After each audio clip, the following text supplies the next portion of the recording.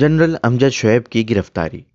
تحریر نصرت جاوید۔ زندگی کے تقریباً 30 برس سیاسی معاملات کے مشاہدے اور ان کی بابت مسلسل رپورٹنگ کے بعد تھکا نہیں بلکہ اکتا چکا ہوں۔ منیر نیازی کی بیان کردہ حرکت تیز تر ہے کو بخوبی جان لیا ہے۔ انہیں اس کے باوجود سفر آہستہ آہستہ کا گما رہا۔ ذاتی تجربہ لیکن مجھے ایک پنجابی محاورے میں بتائی اس بصیرت کا قائل کر چکا ہے کہ گدھی 100 جگہ گھوم گھما کر بالآخر برگد کے اسی درخت تلے آن کھڑی ہوتی ہے جہاں بندھے رہنے کی اسے برسوں سے عادت ہے۔ وطن عزیز میں بھی خلق خدا کے لیے کچھ نہیں بدلتا۔ حکومت میں بیٹھے چہرے ہی بدلتے رہتے ہیں، ان کا رویہ اپنے پیشرو افراد جیسا ہی رہتا ہے۔ پیر کی صبح اٹھتے ہی سوشل میڈیا کے ذریعے خبر ملی کہ افواج پاکستان سے عرصہ ہوا ریٹائر ہوئے ایک جنرل صاحب امجد شعیب گرفتار کر لیے گئے ہیں۔ ان کے خلاف ریاست کے اداروں اور حکومت کے خلاف عوام میں نفرت بھڑکانے کا پرچہ اسلام آباد کے تھانے میں باقاعدہ درج ہو چکا ہے۔ اب ریمانڈ اور بعد ازاں ضمانت کے حصول کے لیے عدالتوں میں پیشیوں کا سلسلہ چلے گا۔ رب کریم سے فریاد ہے کہ اعظم سواتی کی طرح اب ان کے ساتھ وحشیانہ ٹارچر کی جھوٹی یا سچی کہانیاں بھی زبان زد عام نہ ہو جائیں۔ امجد شعیب کے حوالے سے بات بڑھاتے ہوئے کھلے دل سے اعتراف کرنا ہوگا کہ میں ان کا ہرگز مداح نہیں ہوں۔ ان سے ایک ہی بار سرسری ملاقات ہوئی اور اس نے خوشگوار تاثر نہیں چھوڑا تھا۔ میں ان دنوں آج ٹی وی کے لیے ایک ٹی وی شو کا مشتاق منہاس کے ساتھ میزبان ہوا کرتا تھا۔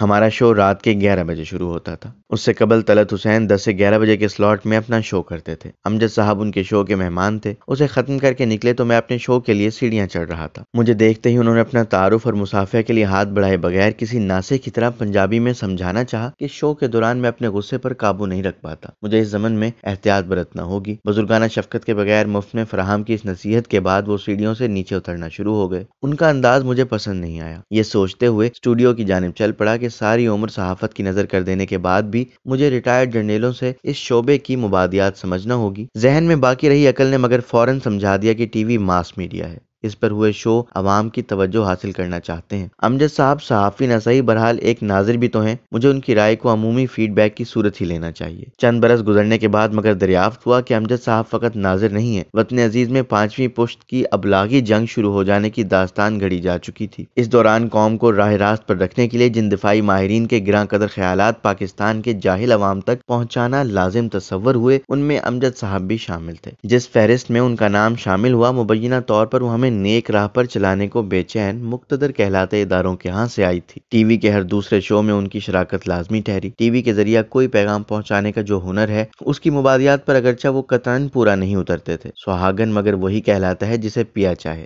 امجد صاحب کا اسکرینوں پر چھائے رہنا مجھے ان 3 برسوں کے دوران مزید اشتعال دلاتا رہا۔ جن دنوں مالیاتی مجبوریوں کی وجہ سے مجھے کسی بھی ٹی وی اسکرین پر نمودار ہونے کی سہولت میسر نہیں تھی، مجھے ہرگز خبر نہیں کہ 5ویں پشت کی ابلاغی جنگ کے دوران صف اول مجاہد ہوتے ہوئے امجد صاحب کی ٹی وی اسکرینوں پر رونمائی رضاکارانہ تھی یا اس کے عوض انہیں خفیہ کھاتوں سے اوزانہ بھی فراہم کیا جاتا تھا۔ ابلاغ کا طالب علم ہوتے ہوئے یہ بیان کرنے کی جرات مگر دکھاؤں گا کہ موصوف قلب کو گرمانے کی صلاحیتوں سے مالا مال نہیں تھے۔ عمران حکومت اور ریاست کی چند پسندیدہ پالیسیوں کے ناقدوں کو رعونت سے غدار ٹھہراتے ہوئے وہ شازی با اثر سنائی دے۔ ان دنوں اگرچہ وہ جذبہ حب الوطنی سے مغلوب ہو کر اپنے مادر ادارے یا موجودہ حکومت کی پالیسیوں سے ناراض محسوس کر رہے ہیں، تو انہیں اپنے خیالات بیان کرنے کی سہولت بدستور مہیا ہونی چاہیے تھی۔ ان کی گرفتاری یقیناً یہ پیغام دے گی کہ ان کے بیان کردہ خیالات واقعتاً انقلابی تھے جو عوام کی روح کو تڑپا رہے تھے۔ ان کے خلاف جس انداز میں ایف آئی آر درج ہوئی ہے، اس کا متن قانونی اعتبار سے بودا ہے۔ اس کے سکم امجد صاحب کی ضمانت کو یقینی بنائیں گے۔ امجد صاحب کی گرفتاری کے دوران مگر امپورٹڈ حکومت پر فسطائی ہونے کا الزام مزید قابل اعتبار سنائی دے گا۔ اس کی وجہ سے جو بدنامی ہوگی، اس کا نشانہ موجودہ حکومت کے وزیر اعظم اور ان کے ہم نوا وزراء ہی ہوں گے، جن کی اکثریت گزشتہ کئی برسوں سے ہمارے عوام کے لیے آزادی اظہار کی ثابت قدم حمایتی تصور ہوتی رہی ہے۔ کم از کم مجھ ایسے جھکی کو وہ منہ دکھانے کے قابل نہیں رہیں گے۔ سوال یہ بھی اٹھتا ہے کہ امجد صاحب کئی برسوں سے 5ویں پشت کی ابلاغی جنگ کے سند یافتہ مجاہد تھے۔ یہ سند امجد صاحب کو ان کے مادر ادارے نے فراہم کی تھی۔ سنا ہے اس ادارے میں نظم کا ایک مخصوص انداز کئی برسوں سے لاگو ہے۔ امجد صاحب اگر اس ضمن میں کوتاہی کے مرتکب ہو رہے تھے تو انہیں خاموشی سے دروٹنے کو مائل کرنے کے 100 طریقے موجود تھے۔ انہیں بروئے کار کیوں نہیں لایا گیا؟ اور پلس کو نام نہاد جمہوری حکومت کے احکامات پر عمل درآمد کے لیے متحرک کر دیا گیا ہے۔ جس بھونڈے انداز میں موصوف کی گرفتاری ہوئی ہے، وہ میرے اس شک کو تقویت پہنچا رہی ہے کہ عمران صاحب کے تشکیل کردہ بیانی کو ہماری ریاست کے دائمی اداروں کے چند عناصر کی بھرپور حمایت اب بھی مؤثر انداز میں میسر ہے۔ وہ سازشی انداز میں اسے بڑھاوا دیتے ہوئے شہباز حکومت کے لیے شرمندگی کے اسباب فراہم کیے چلے جا رہے ہیں۔